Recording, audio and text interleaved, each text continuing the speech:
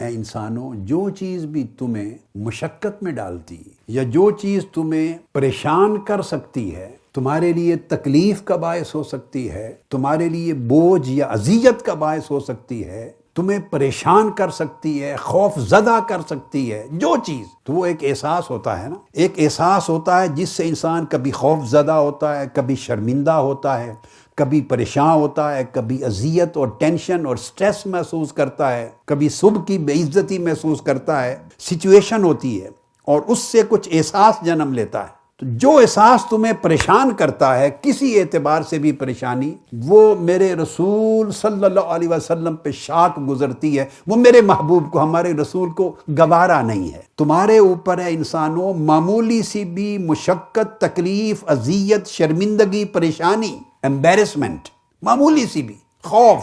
تو جو احساس تمہیں اس پریشانی میں مبتلا کرے، وہ میرے رسول کو گوارا نہیں ہے۔ وہ برداشت نہیں کرتے کہ انسانیت کو تکلیف پہنچے، کوئی انسان شرمندہ ہو، کسی کی عزت نفس مجروح ہو، کوئی خوف زدہ ہو جائے، کسی کی اندر کا من امن اور سکون سے محروم ہو جائے، کوئی بے عزتی فیل کرے، اپنے آپ کو ہلکا اور چھوٹا محسوس کرے، غیر محفوظ محسوس کرے، یہ ساری کیفیتیں طرح طرح کے مختلف احساسات اور جذبات جو جنم لیتے ہیں، اس کا آؤٹ کم ہوتی ہیں، اس کا نتیجہ ہوتی ہیں۔ تو فرمایا اس طرح کا کوئی بھی احساس اگر پیدا ہو کسی انسان کو، تو میرے محبوب وہ گوارا نہیں فرماتے صلی اللہ علیہ وآلہ وسلم۔ وہ عالم انسانیت میں ہر شخص کو راحت کے ساتھ دیکھنا چاہتے ہیں، اس کی عزت نفس کو محفوظ دیکھنا چاہتے ہیں۔ یاد رکھ لیں کہ انسان کے اندر دو طرح کی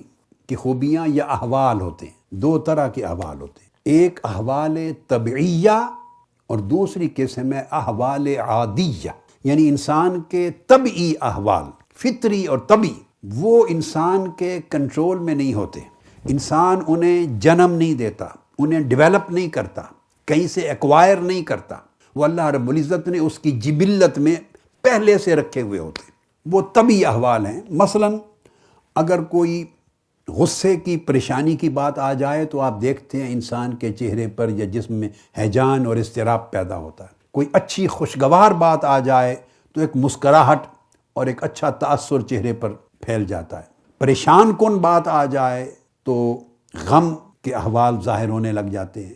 خوف پیدا کرنے کی کوئی سچویشن پیدا ہو جائے تو خوف زدگی سی محسوس ہوتی ہے۔ الغرض اس طرح کے بہت سارے پہلو ہیں جو انسان کی طبیعت میں اللہ رب العزت نے ان کی خلقت کی ہے، وضعیت کیے گئے ہیں۔ ایسی چیزوں کا اظہار ہونا، اس کو اخلاق نہیں کہتے، یہ اخلاق نہیں ہے، یہ نیچر ہے۔ دوسرے احوال عادیہ ہیں کہ جو اس کی جبلت میں تخلیق کے طور پر تو موجود نہیں تھے، مگر اس نے عادت کے طور پہ انہیں اپنایا اور ڈیولپ کیا اور بڑھاتا چلا گیا، اور اتنا بڑھایا کہ وہ جو عادت تھی اس کو اپنی جبلت، خلقت بنا دی، نیچر بنا دی۔ یہ احوال عادیہ، یعنی اگر انسان کسی کے ساتھ بھلائی کرے، احسان کرے، سچ بولے، کسی کے ساتھ عفو درگزر کرے، سخاوت کرے، معاف کر دے، محبت کرے، شفقت کرے، یہ جو دوسروں کے ساتھ جتنا بھلائی، صداقت کے، سچائی کے، خیر کے پہلو ہیں انسانی زندگی میں، یہ سارے پہلو، ان کا تعلق اخلاق کے ساتھ۔ اب آگے سنیے، اب یہ جو سارے پہلو ہیں، سچ بولنا، بھلائی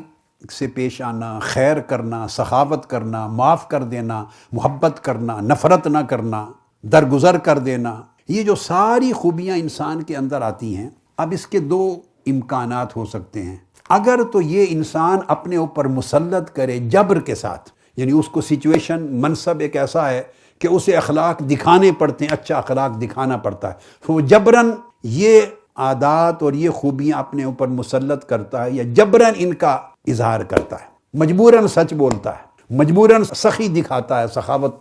دکھاتا ہے، سخی ہونا دکھاتا ہے، مجبوراً بھلائی کرتا ہے، مجبوراً شفقت دکھاتا ہے، مجبوراً مسکراتا ہے، چہرے پر مسکراہٹ لاتا ہے، وغیرہ وغیرہ۔ یعنی بھلائی کے سارے معاملات وہ اپنے اوپر جبر کر کے، اہتمام کر کے، کوشش کر کے ظاہر کرتا ہے اپنی زندگی میں، تو اس کو اخلاق نہیں کہتے۔ یا کسی مفاد کی وجہ سے ان کو ظاہر کرتا ہے، مفاد کی وجہ سے کہ اس سے اس کا بینیفٹ ہے، تب بھی اخلاق نہیں بنتا۔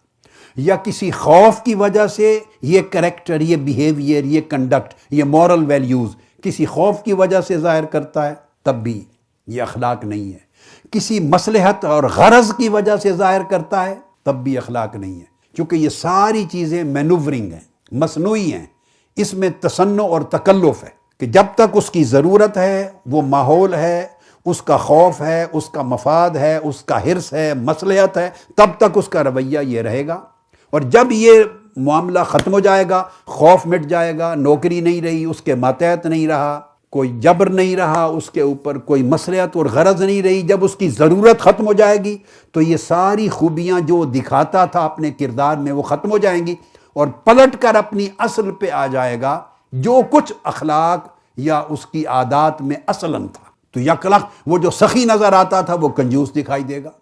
وہ جو شفیق نظر آتا تھا وہ بڑے غصے والا دکھائی دے گا، وہ جو محبت کرتا نظر آتا تھا اس کے اندر نفرت کا ابال نظر آ جائے گا، وہ درگزر کرنے والا، معافی دینے والا دکھائی دیتا تھا، یکلخ بڑا منتقم اور بڑا ناقابل برداشت رویہ رکھنے والا نظر آ جائے گا۔ تو جو چیزیں اس قسم کے عارضی ماحول اور احوال اور ضروریات کی طرح انسان اپنے اندر مسلط کرے اور جنم دے، وہ بھی اخلاق نہیں ہے۔ اخلاق کب بنتے ہیں کہ خیر کے سارے پہلو، بھلائی کے سارے پہلو، نیکی، عفو، درگزر، احسان، سچائی، سخاوت، شجاعت، سارے خیر کے پہلو انسان محنت کر کے اس طرح اپنے اندر راسخ کر لے کہ نہ انہیں مفاد کی وجہ سے اپنائے، نہ خوف سے، نہ مصلحت سے، نہ غرض سے، بلکہ یہ اس کی طبیعت بن جائیں، اور جب ان چیزوں کا اظہار کرے تو بڑے ذوق اور شوق کے ساتھ، بڑی آسانی اور سہولت کے ساتھ، بڑی سہولت کے ساتھ، بغیر تکلف کے، بغیر تصنع کے، بغیر اہتمام کے، خود بخود اس سے صادر ہوتے چلے جائیں، اس کے خلاف وہ کچھ اور کر بھی نہ سکے، اس کی طبیعت یہی بن جائے، اس کی طبیعت میں اسی چیز کی رغبت، اسی چیز کا میلان ہو جائے، یہی اس کی فطرت بن جائے، اس کے اندر یہی جذبہ موج زن ہو، اسی کا شوق ہو۔ حالات بدلتے رہیں، تغیرات آئیں، تب بھی یہ کیفیت اور صفت نہ بدلے، قائم رہے، مشکل وقت میں بھی وہ نفرت نہ کر سکے، کسی کے غصہ دلانے پر بھی نفرت نہ کر سکے، کم ہو، کچھ بھی نہ ہو اپنے پاس تب بھی سخی رہے اپنی طبیعت میں، نہیں دینے کا کچھ تب بھی طبیعت میں سخاوت رہے، ہر سچویشن میں، مشکل سے مشکل وقت میں بھی سچائی اظہار کرتا رہے، اس کے وجود سے ہر حال میں لوگوں کے ساتھ بھلائی ہوتی رہے، وہ کسی سے انتقام نہ لے،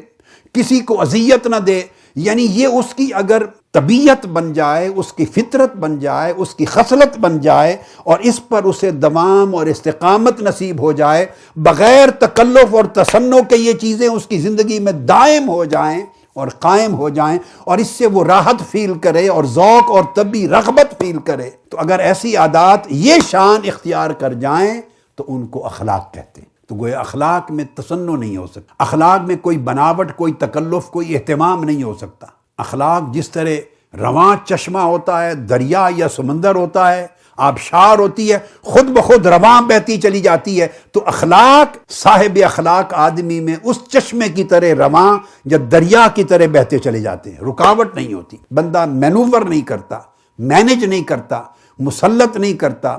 کسی ضرورت کو پورا کرنے کے لیے اس کا اہتمام نہیں کرتا، گویا اس کی فطرت، اس کی طبیعت، اس کی خصلت، اس کی شخصیت اندر باہر سے سہولت کے ساتھ، رغبت کے ساتھ ایک ہو جاتی۔ جب یہ کیفیت پیدا ہوتی ہے تو اس کو کہتے ہیں کہ یہ اخلاق ہے۔ اب یہ اخلاق اللہ رب العزت نے ارشاد فرمایا ایک مقام پر سورہ آل عمران میں، فرمایا اعوذ باللہ من الشیطان الرجیم فبما رحمت من اللہ لنت لہم، اے حبیب والا صفات صلی اللہ علیہ وسلم، بس اللہ کی کیسی رحمت ہے، فبما رحمت من اللہ، اللہ کی کیسی رحمت ہے کہ آپ ان کے لیے لنت لہم، آپ ان کے لیے نرم طبع ہیں، آپ کی طبیعت میں ہی نرمی ہے ان کے لیے، یعنی آپ کی طبیعت میں سختی ہے ہی نہیں، اللہ نے آپ کی طبیعت میں نرمی رکھی ہے۔ وَلَوْ كُنْتَ فَظًّا غَلِيظَ الْقَلْبِ، اگر آپ کی عادت مبارکہ سخت ہوتی، اگر آپ عادت میں، خو میں، طبیعت میں سخت ہوتے، اگر آپ کا دل بھی سخت ہوتا،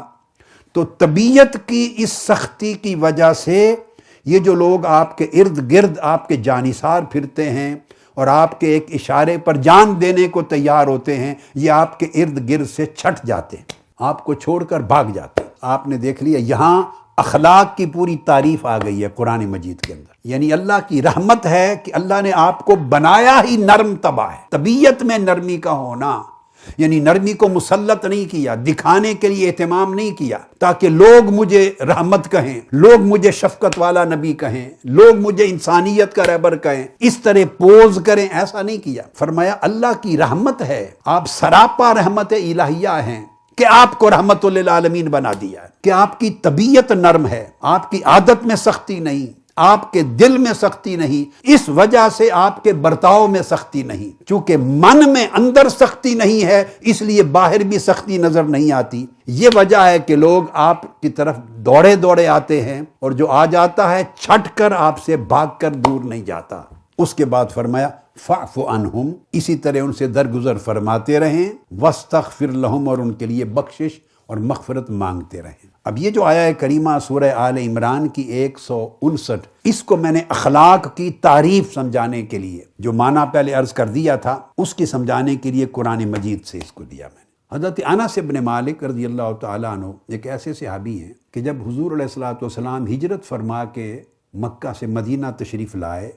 تو اس وقت ان کی عمر 10 سال تھی۔ آپ کی والدہ ماجدہ، ان کا نام ہے ام سلیم اور اصل نام ہے غمیسہ بنت ملحان انصاریہ، غمیسہ بنت ملحان، اگر معروف ہیں ام سلیم اس کنیت کے ساتھ۔ انہوں نے حضرت انس بن مالک کو آقا علیہ السلام کی خدمت میں پیش کر دیا اور عرض کیا یا رسول اللہ، یہ آپ کا نوکر ہے، اسے اپنے خادم اور نوکر کے طور پہ قبول فرما لیں۔ وہ 10 سال آقا علیہ السلام کی خدمت میں رہے، ذاتی خدمت میں، اور وہ خود بیان کرتے ہیں کہ جب آقا علیہ السلام کا وصال ہوا تو میری عمر 20 سال تھی، اور جب میں آقا علیہ السلام کی ذاتی خدمت شروع کی مدینہ پاک پہنچتے ہی تو میری عمر 10 سال تھی۔ وہ 10 سال کا عرصہ ہے، ان کی سٹیٹمنٹ دے رہا ہوں، جس نے ینگ لائف کے پورے 10 سال آقا علیہ السلام کی ذاتی خدمت میں گزارے، شب و روز۔ یہاں ایک ایمان افروز اور تھوڑا ذوق آفریں ایک نکتہ بھی بتا دیتا ہوں۔ صحیح بخاری میں ہے، کتاب الصوم کے اندر یہ حدیث آتی ہے کہ حضرت ام سلیم نے آقا علیہ السلام ان کے گھر تشریف لے گئے، آپ نے دعا فرمائی سارے اہل خانہ کے لیے، اور جب دعا فرمائی تو دعا کے بعد حضرت ام سلیم نے عرض کیا یا رسول اللہ صلی اللہ تعالیٰ علیہ وآلہ وسلم، میں پہلے اس کا ترجمہ پنجابی زبان میں بتانا چاہتا ہوں، پھر عربی الفاظ جو اصل حدیث کے ہیں وہ کوٹ کرتا ہوں صحیح بخاری سے۔ عرض کیا یا رسول اللہ، دعا فرما لینے کے بعد جب پورے گھر والوں کے لیے دعا ہو گئی تو عرض کیا یا رسول اللہ، یہ تہاڈا ایک نکڑا جیا نوکر بھی ہے،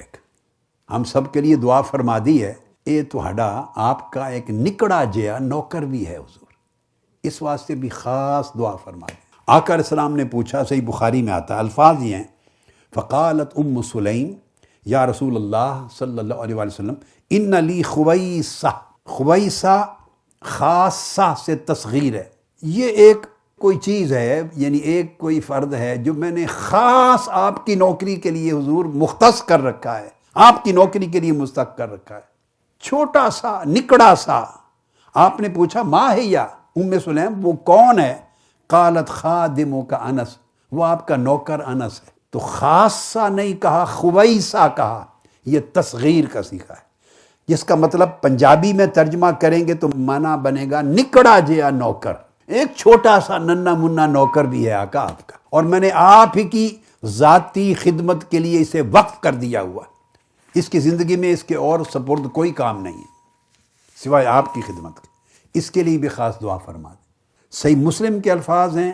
حضرت انس رضی اللہ تعالیٰ عنہ خود ہی راوی کہ آقا علیہ السلام ہمارے گھر تشریف لائے، نماز پڑھائی، ایک نفلی نماز کے لیے ہم کھڑے ہو گئے، اور جب نماز سے فارغ ہوئے تو آپ نے ہم سب گھر والوں کے لیے دعا فرمائی۔ جب دعا فرما چکے دنیا اور آخرت کی ساری نعمتوں اور برکتوں اور سعادتوں کے لیے، فقالت امی، تو اینڈ پر میری والدہ ام سلیم نے عرض کیا یا رسول اللہ خویدمک، یہ ایگزیکٹلی اب جو میں نے لفظ کیا، نکڑا جیا نوکر، نکڑا جیا نوکر، خویدمک۔ صحیح مسلم کی روایت میں یہ نہیں کہا آپ کا خادم، نہیں، عرض کیا آپ کا خویدم، خادم سے اور چھوٹا چھوٹا چھوٹا کر کے نا، یہ آقا علیہ السلام کے ساتھ محبت، آقا علیہ السلام کے ساتھ ادب۔ مطلب یہ ہوتا ہے کہ حضور اس نے کیا خدمت کرنی ہے، آپ کی نوکری کا حق کون ادا کر سکتا، آپ کے خادم ہونے کا حق کون ادا کر سکتا، یہ نکڑا جیا ایک نوکر ہے، تو یہ آپ کے لیے خاص ہے، وقف کے حضور۔ خویدم کہا، اس کے لیے بھی خاص دعا کر دیں نام لے کر۔ تو آقا علیہ السلام نے دعا فرما دی، تو آپ نے دعا فرما دی، تو دعا فرمائی باری تعالیٰ اس کے مال میں بھی برکت فرما، اس ابھی چھوٹا سا بچہ تھا، اور اس کی اولاد میں بھی برکت فرما۔ اب 10 11 12 13 14 سال کا بچہ ہو، اس وقت یعنی شادی شدہ ہو تو بات سمجھ میں آتی ہے، اس کی اولاد میں برکت فرما، وہ چھوٹا بچہ ہے۔ فرمایا اس کے مال میں بھی، حالانکہ وہ کسی مال کا مالک بھی نہیں ہے، ابھی زمانہ ہی نہیں ہے کسی چیز کا مالک ہونے کا، اور اس کی اولاد میں بھی برکت فرما کہ اولاد کا بھی زمانہ نہیں ہے، مگر آپ نے دعا فرما دی وبارک لہ فی، اس میں برکت فرما۔ تو حضرت انس بن مالک رضی اللہ تعالیٰ عنہ نے جب یہ دعا فرما دی اللہ رب العزت کی بارگاہ میں، آقا علیہ السلام نے حضرت انس کے لیے، جامع ترمذی میں آتا ہے حدیث میں کہ پھر ان کے جو باغ تھے نا کھجوروں کے، حضرت انس بن مالک کے، سب کے باغ سال میں ایک بار پھل لاتے تھے، حضرت انس بن مالک کے سارے باغ 2 بار پھل لاتے، 2 بار پھل، مارکیٹیں ان کے مال سے بھر جاتی تھی، 2 بار پھل آتے۔ یہ مال کی برکت کی دعا کی تھی اور اولاد کی برکت کی دعا کی تھی۔ آپ نے اپنی وفات سے پہلے 120 سے زیادہ اپنی نسل کے بچے بچیاں، پوتے پوتیاں، پڑپوتے پڑپوتیاں، نواسے پڑنواسے پڑنواسیاں، اپنی نسل میں 120 سے زیادہ اپنی آنکھوں سے دیکھے اور ان کی وفات ہوئی۔